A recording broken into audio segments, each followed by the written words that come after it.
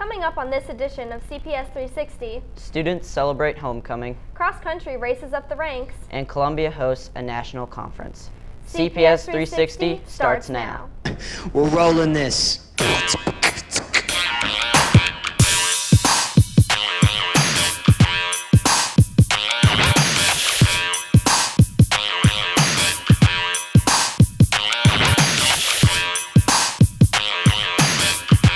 Yo, what's up, CBS 360? This is will.i.am.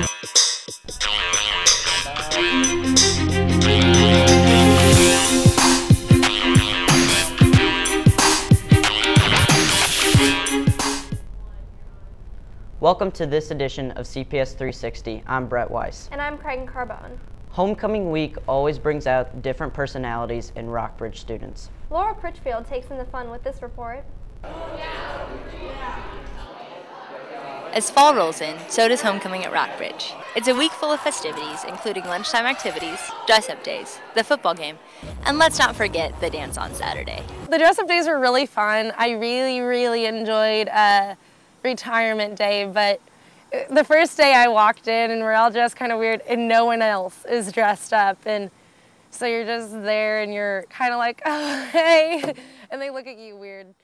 But it was fun. It was a fun way to get noticed and a fun way to kind of bring the school together. The focal point of the week, however, is the crowning of the homecoming queen.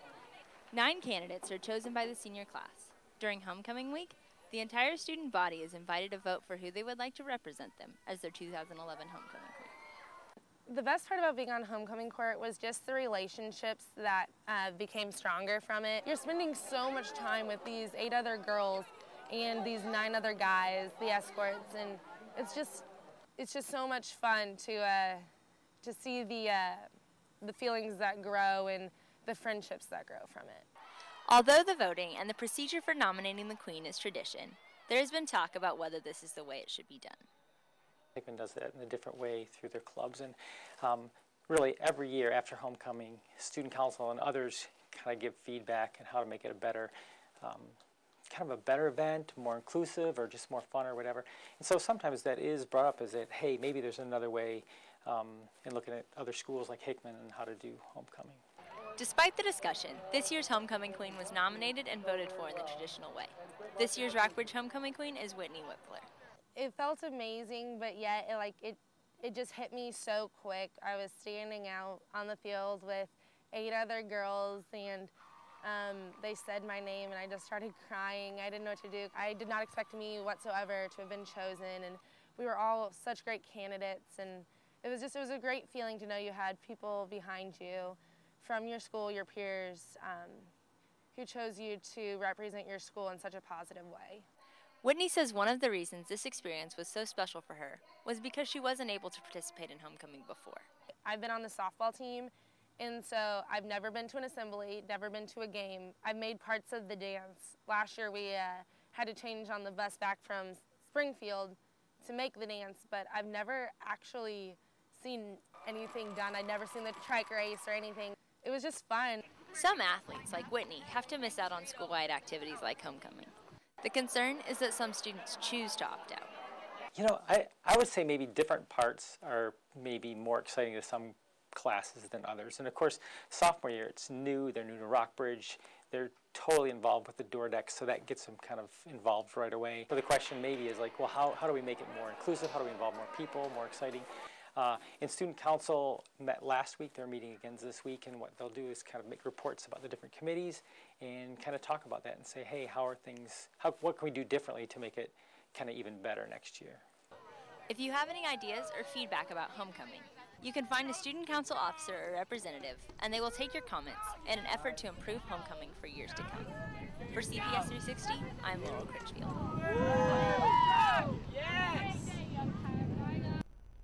There are countless fun Rockbridge festivities. My personal favorite is the annual trike race. There are many Rockbridge homecoming traditions, few as anticipated as the trike race. Seniors, are you ready? Student council organizes all the assemblies at Rockbridge, and part of the job of organizing this particular assembly, the homecoming assembly, is for them to identify the participants in the trike race. Student council brainstorms who they think would be a good trike race candidate, and then they make the call. I got a call at like 11:30 on Friday night, and it's Maddie Jones, and she was like, Gates? And I was like, yeah, and she's like, can you be the trike racer for the junior class? And I was like, sure, when does it need to be done? And she's like, this Sunday? This year, the participants are Tyler Siegel for the sophomore class, Gates Birchfield for the junior class, and Austin Evans for the senior class. But this year, one of the participants couldn't get his video on the right track. The video is, there's vampire hunters, and it actually is a really long process because it started out as vampire killers, and that got rejected by Mr. Bones. Administration has certain rules for the videos, but somehow Gates didn't get this information in time. I couldn't have guns in the video, which I found out after I made the first draft. There couldn't be anybody dying in the video, which I didn't find out until after the first draft. There were a lot of changes made to the video. The video production is just one part of the event, but the race itself is what counts. I think you have to have stamina. I think you have to have determination. I think you have to be a fierce competitor. I think you have to have school spirit, and I think smaller legs propel the trike better. As usual, Austin Evans and the seniors won the trike race. Traditions will come and go, but as long as the trike race is around, the last thing you will see is the seniors finishing first. For CPS 360, I'm Brett Weiss. That was a close race. At Hickman High School, the race for Homecoming Queen is run differently than at Rockbridge. Here's Ashton Day to explain. Every year at Hickman High School, 10 senior girls compete to be Homecoming Queen. From the outside, it looks simple, but it's no ordinary Cinderella story. A lot of them get very stressed out sometimes during the week because they're trying to juggle, classes and sometimes sports and then raising money. But at the end, they are all so proud of themselves. I mean, they come in with their money and they're like, I raised, $1,500. Homecoming Queen candidate Kim Lake knows what it's like to feel the pressure. I remember watching Sarah Hall, who won last year, because she was the volleyball candidate, and I remember helping her a lot. It's really surprising because she didn't seem as stressed as I feel all the time with this. I just want to do a good job.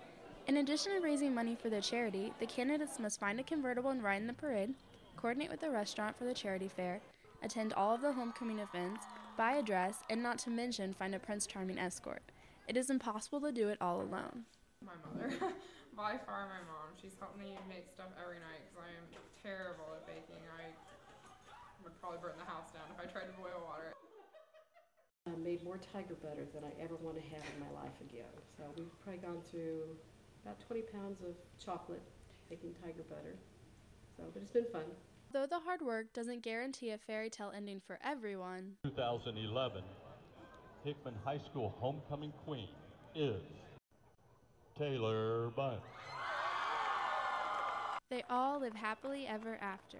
It's an experience. It's not about them being homecoming queen or homecoming candidate, but it's about thinking about others. And that's truly unique, and it really, really sets a tone for a wonderful homecoming.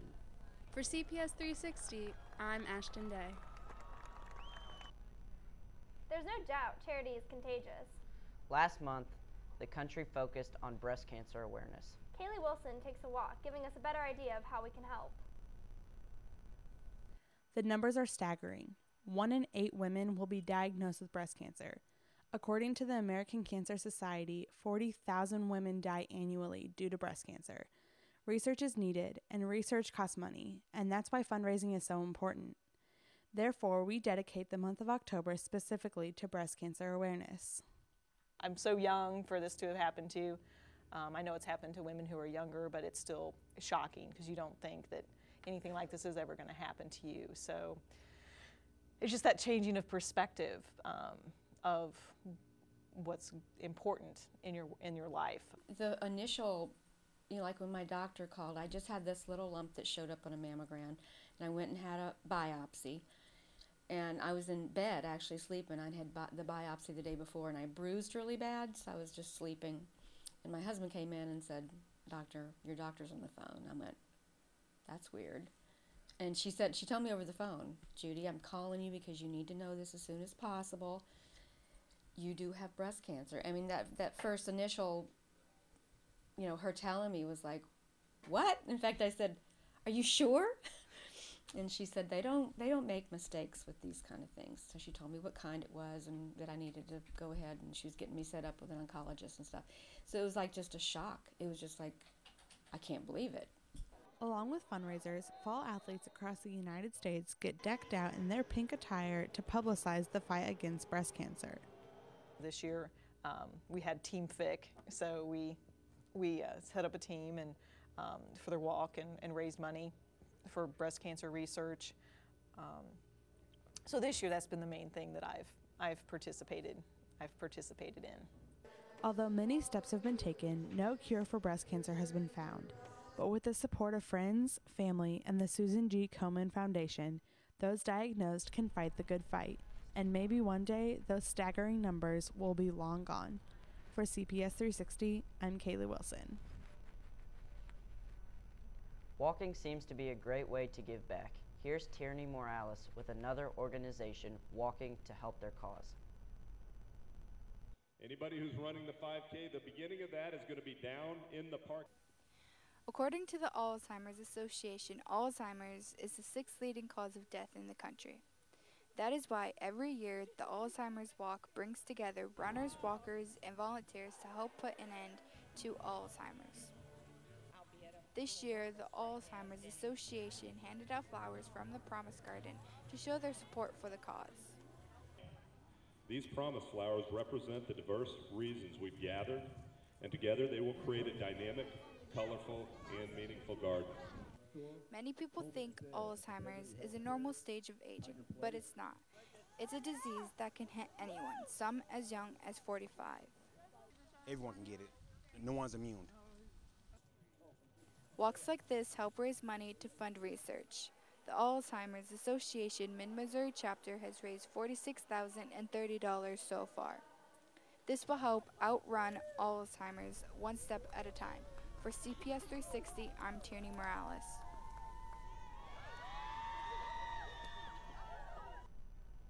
Thanks, Tierney. Next, Shelby Smith sits in on a national conference. I want to make sure I'm not the statistic. I want to make sure I'm not the stereotype. I want to make sure I'm not the one that everyone says that I am. And so looking at the achievement gap, it makes me want to succeed more, and it makes me want to grab that friend and say, hey, let's get on board, let's do our homework so you can succeed as well. That way we're not falling below the line. Nearly 200 students from 12 states gathered in Columbia, Missouri for 3 days to create awareness of the minority gap issue in schools. Mahogany Thomas helped organize the event this year after attending last year in White Plains, New York. Awareness is one of the biggest methods that we can fix. And if we can get our kids to be aware of the achievement gap as well as aware of the fact that we all can succeed. Motivational speakers like Consuelo Castillo Kickbush spoke to attendees selected by their counselors. Kickbush retired as the lieutenant colonel, the highest-ranking Hispanic woman in the Army. People will knock you down. People will want to put you in some box that they think you belong in, but it's how you see yourself. Brianna Miller from Madison, Wisconsin has experience dealing with many deaths in her life. This conference helps her deal with the stress and focus on academics, which isn't always easy. It hurts me because, I'm no different than those people, and obviously we have something in common, whether it be the color of our skin or our age, or even if it's where we both want to be in life. Attendees from this conference will bring their findings to their own schools in an effort to close the achievement gap. For CPS 360, I'm Shelby Smith. And now, here's Landon Fitzpatrick with the naked truth about seatbelt safety. All right, man, buckle up. Dude, I'm fine. Don't worry about me. All right, fine, man.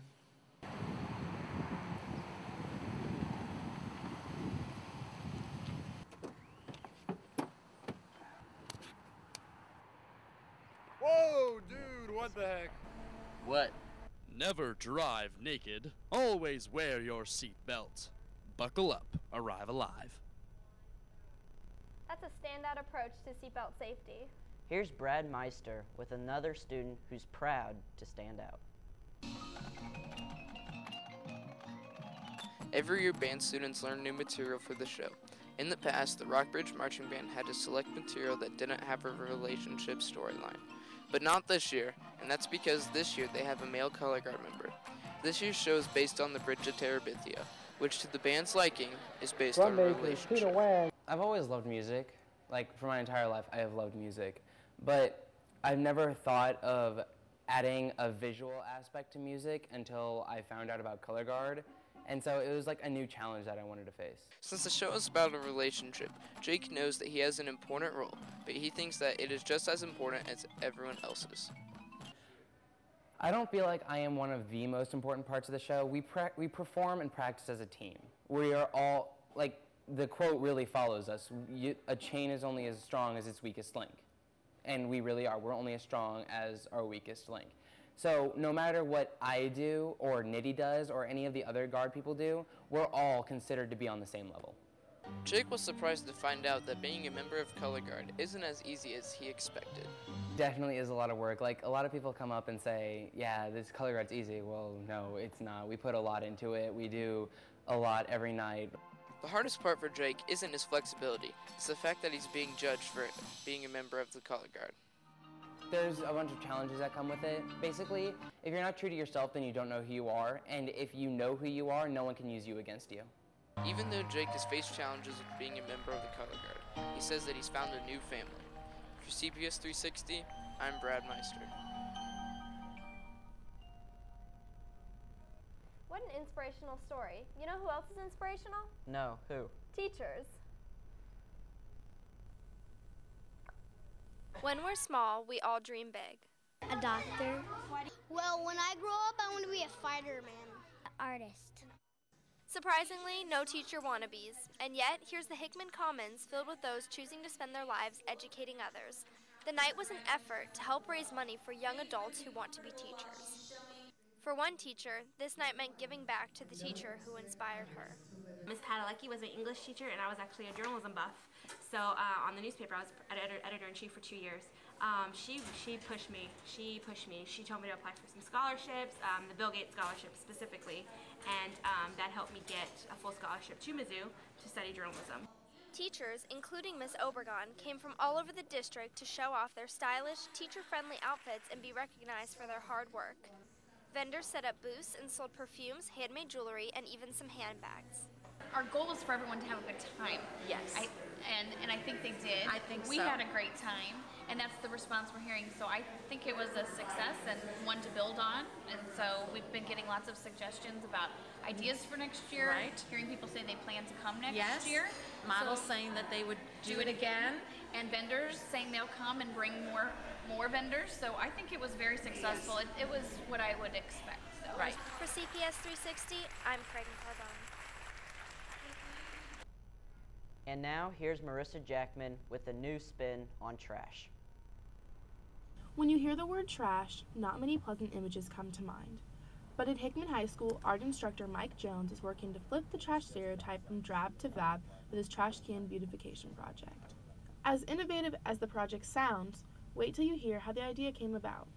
Last year we initiated this project, we coined it the Trash Can Beautification Project with our club for the school, and it got such a huge response that we ended up being overwhelmed with just the club, so we decided to take it into the classroom. Students are given a trash can or bin and the simple directions to use a special theme to make the less than attractive receptacle into something special, using handmade stencils and spray paint. Not only do these trash cans look good, but they may have educational benefits as well. No, I think it's interesting as students look around. Incidental learning can happen as well. If you think about times when you're sitting in the classroom, you may be listening to what the teacher's saying. You could see a poster on a wall, you could see a trash can, and your mind is constantly taking in these images. So whether you're sitting there in the classroom or maybe you're eating lunch and you see one of these, it can be putting things into your mind then about whether it's history or reading or any of the other topics or subjects that we have. The Trash Can Transformation Project is also a new favorite among some students. We haven't done too much, but I think it'll be my favorite probably out of all year. With the hallways of Hickman becoming more and more beautified each year thanks to trash cans just like these, it's safe to say Mr. Jones's program will be back next fall. For CPS360, I'm Marissa Jackman. What a great idea. Here's another. The Rockbridge softball girls visited Joplin to help pick up the pieces left after tragedy struck. Here's Whitney Whitfler with the first-hand look. People across the United States have come together to help those hit by the tornado in Joplin. And the Rockbridge softball team made a special visit to the Salvation Army to lend a helping hand. Okay, we are going through these clothes racks and sorting out which clothes are appropriate. Basically, if they have stains on them, we take them out. While in Joplin, the softball team witnessed the heart-wrenching devastation of places such as what was once the high school. The only thing that keeps going through my head right now is just if this was to happen in Columbia, and just we don't ever realize how lucky we are. That could have easily happened to us. You know, it was so close. While the school is left abandoned with nothing but debris and broken glass, the students continue their education, taking classes in the local mall. Just, you think about, those kids that don't even have a school now, and we have a school, we're just so privileged, and it's awesome to get to come down here and, just get to help and make a difference in people's lives, because I know if I was in that position and I didn't have a school to go to, then I would so want people, to just band together and help us out. Even with all of the destruction caused by the tornado, the people of Joplin look beyond their unfortunate past. Tragedy has pulled this devastated community closer together, and the hope that is sought out every day for recovery will live on through the name of their new high school. For CPS 360, I'm Whitney Whiffler. Matt Weatherford shows us another Rockbridge team excelling in a different way. The Rockbridge cross-country team is shocking people from all across the state, posting times that can only compare to the top teams in the nation. The boys team is ranked number 15 on the ESPNU poll and ranked number 1 in state.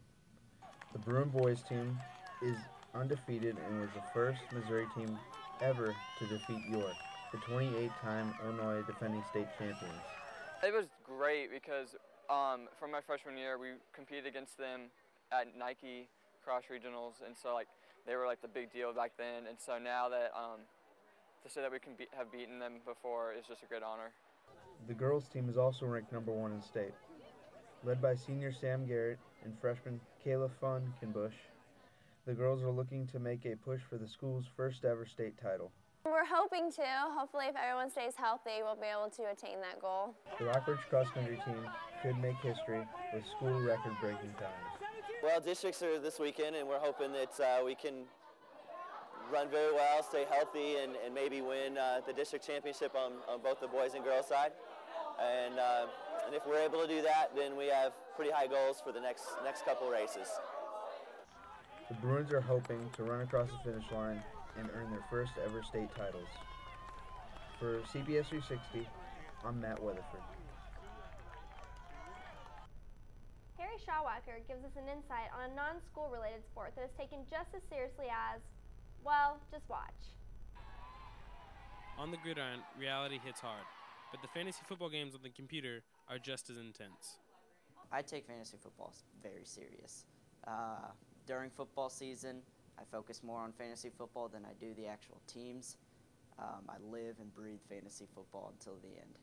Fantasy football is a game played on the computer where you pick real NFL players to be on your fantasy team. The players you draft earn points for how statistically well they perform. Every week, a fantasy team goes head-to-head with another fantasy team in your league. It's definitely fun. It's a good competitive thing because you're in a league with a bunch of your friends and kind of going at each other week in, week out. Those who play fantasy football find their schoolwork often suffers because of their dedication to the game. I focus more on fantasy football by a lot. I spend hours and hours and hours on end studying the waiver wire, trying to make trades, trying to make my team better, than I do actually doing my homework. I feel like it can be balanced pretty well if you're responsible with your time management, But I find myself on ESPN.com a lot more than I do writing an essay or something. More than schoolwork is put on the line during fantasy football season. I'm in a league with all my friends, and a giant $90 trophy's on the line, and the winner of the league gets the trophy and gets bragging rights for an entire year. Even though the game is a fantasy, the love for the game is all reality. For CPS360, I'm Harry Schauer. That's crazy. As you saw, guilty. Thanks for watching this edition of CPS 360. I'm Craig Carbone. And I'm Brett Weiss.